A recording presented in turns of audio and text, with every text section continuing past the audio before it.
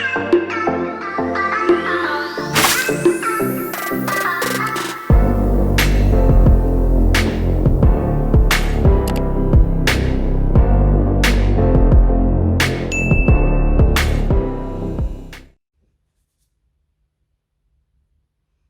everybody, it's me, Gemma, and I am hopefully take that said back for good. I fell and cracked my tailbone earlier on in the month, and to be honest, I've been feeling a little bit sorry for myself, not gonna lie, which has meant that I haven't read it. I didn't read as much in January as I normally would. I think last year in January I read like 30 something books. This year I maybe read like 8. I didn't read a lot in January, but I am going to do a separate video on the movies and shows I watched in January, which was a lot more because it was easier to concentrate on watching things than it was to actually read anything. So I started off the year by finishing something off that I originally started in November, and that was The Only Good Indians by Stephen Graham Jones. Now, I gave this 3 stars, and I think I probably will go back and read it again, and I might rate it more highly next time, because I think it's one of those ones where I maybe need to do a little bit of reading about why things happen, if you know what I mean. It's like, if you don't know why what the characters did originally was bad, really, or you don't understand the context of it, it's not going to be as scary, I don't think. So I think I probably will do a bit of reading and kind of come back to it again at some point. I'll also pick up Stephen Graham Jones's other books. I know he's read a couple of others, and I do like his writing, so I'll give it a go.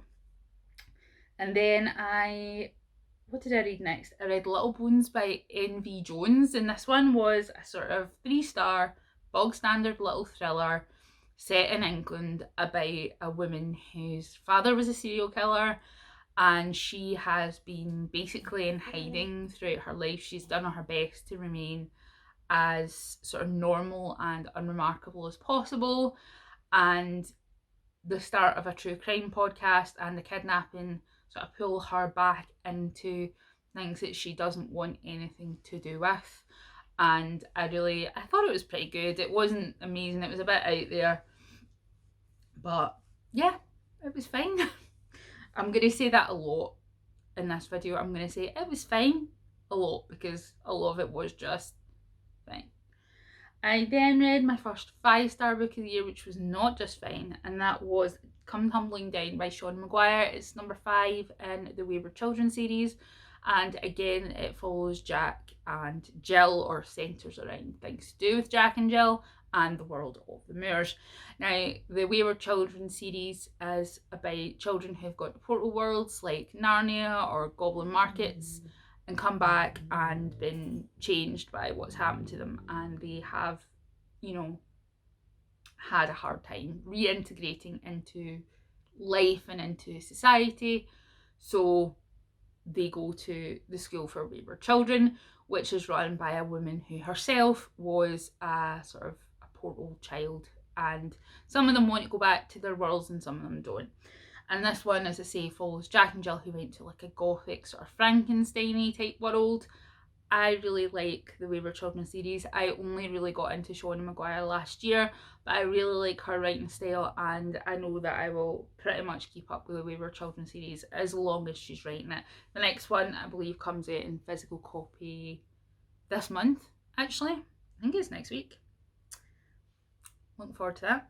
And then I read, let me see, Are You Watching by Vincent Ralph. Now, this was like, again, another 3 stars for me. Again, I'm going to say it was fine, but it's about a girl whose mum was murdered. The person who murdered her has continued to do so every kind of couple of years or so, and it's never been solved, and she decides to go on this reality web series in order to try and sort of bait the guy out. It's fine. I'm going to say that so many times. But I thought it was interesting mainly in the way that the main character reacted to things, and in the way that she and her dad sort of orbited around each other and sort of the aftermath of trauma. That was the most interesting part about it. And yeah, go ahead and read it if you've got I think that was Kindle Unlimited as well. It's either Kindle Unlimited or one of the like Kindle First. Like if you've got Prime, you can choose one book a month to get for free, and I think that might have been the one I chose for January. Then what did we have next? I read Deadly Waters by Dot Hutchison. I really liked this one. Basically, this group of female flatmates live in a flat on campus together. Something bad happened to one of their friends the year before, and now this year, boys are turning up dead, being eaten by crocodiles. And when they put it all together, it turns out that the boys who have been getting chomped on are all sort of sexual predators. So nobody's like too sad that they're getting chomped on by crocs. I really liked it. I like all of Dot Hutchison stuff. I really liked The Butterfly Garden. She writes a lot of really fucked up stuff, and she doesn't shy away from the sort of rape culture aspect of things that is going on this particular campus. Let's see. Now, the next one I started last year, but I don't know, I just couldn't finish it, and I finished it this year. Again, another 3 stars, and it was Babes in the Wood by Graham Bartlett. And the reason that I picked this one up to read is because I was really interested. It was one of the first cases to use the sort of repeal of the double jeopardy law in order to prosecute someone.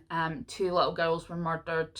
The guy went on trial and he was acquitted, but then later on new evidence came to light that showed that he definitely did do it. And because of the efforts of the mother of Stephen Lawrence, if you've never heard of Stephen Lawrence, it was a really awful case where a young black man was murdered and there was lots of police corruption and things like that.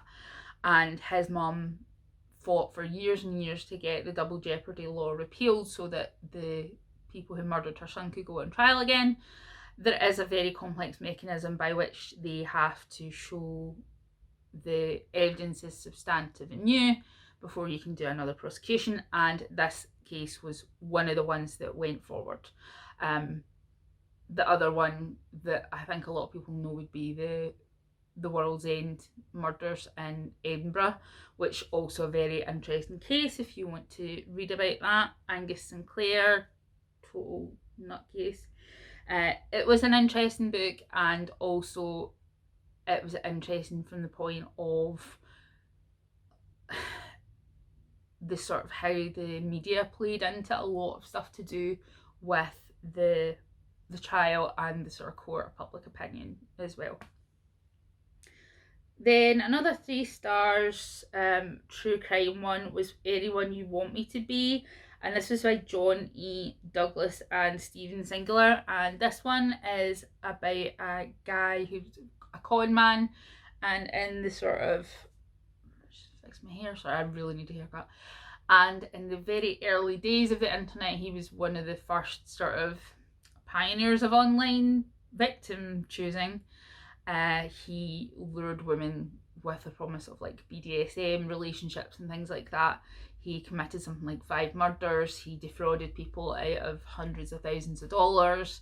Just a really horrible, evil person. And the book is all about how he got caught, how they went to trial, how they proved even without bodies. There was a couple of, I think there was 2 out of the 5 they never found any remains for, but he was still convicted of it. So unfortunately Taylor Swift got something wrong in her new album. No Body No Crime does not in fact really matter anymore. Well, it does matter in a sense, but if there is no body, there is still a crime and they can still get you for it. There's another one in Glasgow, Arlene Fraser I believe, and her husband, he thought there would be no body no crime, but he is in prison because he did the crime. And this is one of those ones as well. A really interesting case. John Douglas, I've read most of his books. I find them a bit self-patty on the back, but I think that's just, you know, he's got a lot of confidence. I don't know. That's how I find his writing, but Your mileage may vary. Then, let me see, I then did actually read some fiction. I read A Deadly Education by Naomi Novik, and this one is about like a magic school whereby you go to the magic school but you're locked in there for like 4 years. There's no teachers or anything like that, and if you put a foot wrong, you will be eaten alive. It was really interesting. I thought the main character was pretty cool. I gave it 4 stars. I'll carry on reading the series. I have read the Tamari series and also read pretty much all of Naomi Novik's fan fiction.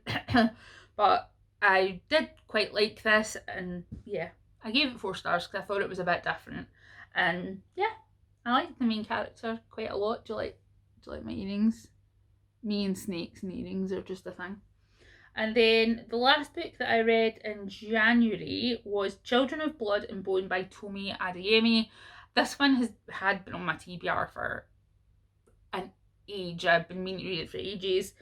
I gave it 4 stars. I really enjoyed it. I thought the magic system was pretty cool. I liked the main character. Pardon me. I liked the main character. I liked storyline. I thought it was really good. I've got the next one kicking about, and I'll probably pick that one up pretty quick. I think it's maybe about like half the length of the first one. So we'll get there. So that was everything that I read in January. So I'm going to put my glasses on. I apologise for any glare, but I can't really see without them. So that was everything that I read in January. I've already in February read more than what I read in January. I'm going to do a separate video for everything I watched, the movies I watched and things like that. And I'm also going to do a video about my favourite horror books and my favourite horror films as a genre, because despite being a little scaredy cat, I actually really do like horror and everything now. So I've got some recommendations for that. It was really nice to see everyone again, I have a watch later list full of you guys' booktube videos to catch up on. I really haven't been watching a lot of booktube because I just felt bad, to be honest, because there was so many books I had that I wasn't reading, and I was just like, I'm not watching it. So I will now that I'm back to reading again. So yeah, hope everyone is staying safe, hope everyone is well, and you know, if you're in the UK, hope your lockdown is not too boring. Anyway, take care.